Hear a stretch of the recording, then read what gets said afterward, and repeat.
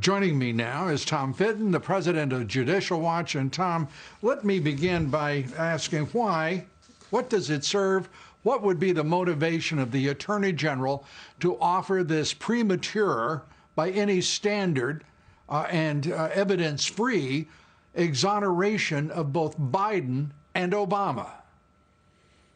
Well, you point out that the president wanted Obama at least questioned. And what does his attorney general do? He slaps him in the face and saying, we're not even considering a criminal charge against him or a criminal investigation.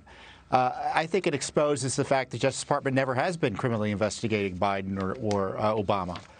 Now we know that Mr. Brennan and has been reconfirmed that Brennan hasn't been questioned either. You know, Lou, I've been telling you that there is no serious criminal investigation of the senior leadership of the Obama administration. We have confirmation of that from Attorney General Barr. And Barr takes the typical, unfortunately, Republican approach that we don't do anything controversial during election years. And so Hillary Clinton gets a get-out-of-jail-free card during 2016, right. And now he's going to give it to Biden. It's extraordinary. If I were the president, I would the president should recognize the Justice Department ain't going to do justice. He needs to appoint a special counsel outside the Justice Department to figure out if any prosecutions need to be pursued. It isn't coming from this crew right now. And what crew could be assembled that would form a special counsel that isn't already sold out to the establishment, isn't already sold out to the deep state? And by the way, when I say the establishment, I'm talking about both political parties. And as you point out, the Republicans have played fools. This Attorney General wants to be very careful of this election.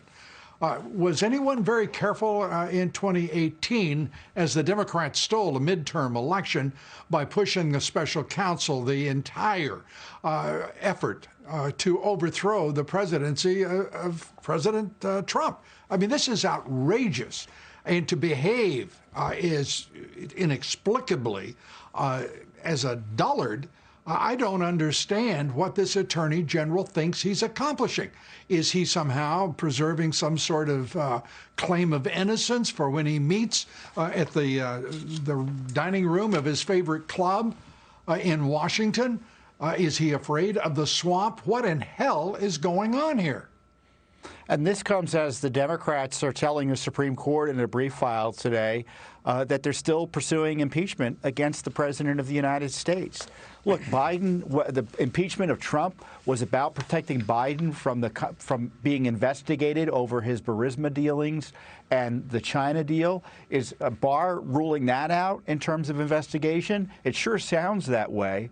It is exceedingly frustrating, and I've been long convinced that if the president wants justice, he's going to have to do it himself, meaning he can't rely on these deep state agencies. He can appoint a special counsel. They can bring investigators outside of the Justice Department to do this, outside of the FBI to do this.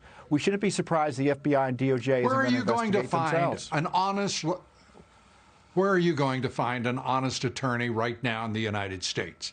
Answer that question. You have one representing General Flynn, for instance. Okay. Well, I agree. Where else are we going to find these attorneys? They are there. The point I'm making here, Tom, is the judiciary is as corrupt as hell. Judge Sullivan, you go through the list. What this president has had to put up with from the federal judiciary is plain and simple subversion. Straightforward, unabashed, and in our faces. What he has had to put up from the Department of Justice. None of this is new to you, but the reality is that our legal system, and I'm including most of the attorneys in this country who are practicing law before the federal bar, are scared to death to speak straightforwardly about a federal district court judge. They tremble, most of them. There are exceptions and rare ones, and we applaud them. But my God, what we're dealing with in this country right now, as you say, I mean, the House Judiciary proceeds with its impeachment inquiry, and we have an Attorney General stand up and say, well, you know what, that's just fine. Run over me like the doormat that I intend to play going into the presidential elections in November. This is madness, and it is basically an invitation to more subversion. And they are literally still protecting the whole gang. They're hiding text messages. They're hiding emails. They're slow walking the release of emails. The State Department is hiding the Burisma documents on Biden and everything that went on with the Ukraine conspiracy against President Trump. And right now, they still are defending Hillary Clinton, believe it or not. So it's no surprise that the Justice Department then is defending the president's persecutors, are suggesting that they won't do anything serious in terms of criminal prosecutions. Oh, there may be an FBI agent here and there who's prosecuted. Maybe Peter Strzok. Maybe Mr. Kleinsmith, who altered the document allegedly about Carter Page, where in the FISA warrants. Yeah, but you're talking about these big guys aren't going to be targeted. You're talking about hypotheticals. Time's a wasting. Yeah. Frankly, frankly, I'm concerned that the time is past. That that winter was the time to begin prosecutions, and now it's going to be, oh no, you can't do it in the middle of the political season. Well, Barr does that's not why Judicial have to Watch be a genius. Go ahead. Yeah, and this is why you've got independent oversight. I mean, Judicial Watch is doing its FOIAs to try to get documents out. Grinnell did a great job in getting that unmasking material out. That one didn't come out because of the Justice Department. The Flynn 302s and the hidden documents, exculpatory evidence, wasn't voluntarily released by the Justice Department. It was because Sidney Powell went to the mat for her client and forced the Justice Department to release it. And they still are sitting on the hands. Let's focus on something. Why haven't they? Go ahead. I understand. This is a corrupt judiciary. This is a corrupt Justice Department. This is a corrupt FBI. This is, as the president famously said in his campaign for the office he holds, and by the way, as he contends against this conspiracy to overthrow him, he said, it's crooked. The system is crooked. You have an attorney general that's bright enough, I do believe, to understand that inaction is a definitive statement about the outcome in November that he is making. And that is that he will not stand up for truth, for justice, accountability, and do his damn job as an attorney general. He is sitting there talking about he doesn't want to influence the election. That isn't his damn job.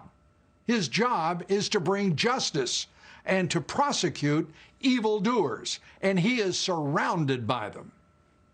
And to be clear, there is strong evidence that Barack Obama and Joe Biden were involved in A, conspiracy to obstruct justice, and B, a conspiracy to and misuse classified information for improper purposes under the law. So the idea that there's no evidence of criminality, I think, shows that the Justice Department wasn't interested in figuring it out to begin with. Tom Fitton, you have been properly skeptical from the very beginning. Darn it is the nicest way I can say it. Tom, thanks for being here and all that you and Judicial Watch do.